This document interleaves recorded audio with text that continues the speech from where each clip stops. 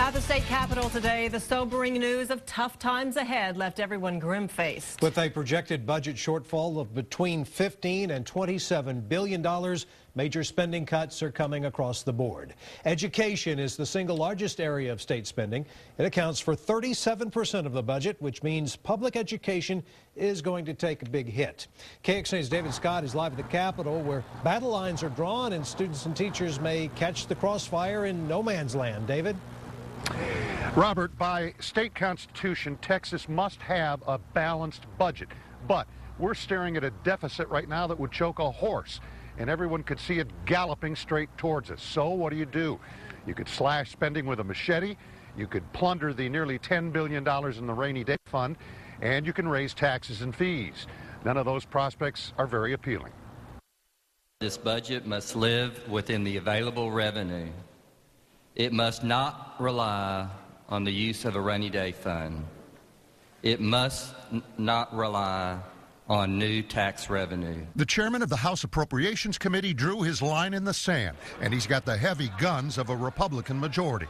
Outmanned Democrats vow to fight. I don't want to be overly dramatic about it, but it's impossible for our schools to absorb these cuts. I mean, this is not a viable budget. But conservatives say it's time to get realistic and bite the bullet. We're not going to go in and tell school districts to fire anybody, but they're going to have less money to operate on, and so they're going to have to reduce the way they operate. The proposal of $5 billion in cuts would close 4 community colleges, slash $772 million for universities, and pre-kindergarten for 100,000 kids, and eliminate freshman aid.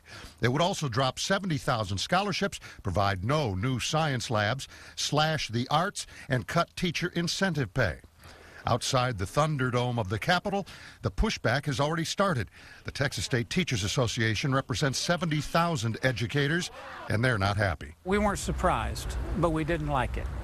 If you talk about education being the engine that drives Texas's economic future, adoption of this budget would slam Texas into reverse. Advocacy groups for lower-income Texans argue they will be hit the hardest. They want rainy day money and new taxes. The state's going to need to take a balanced approach that includes using all of our rainy day fund and adding some new revenue, because you can see from this budget that the cuts are really devastating.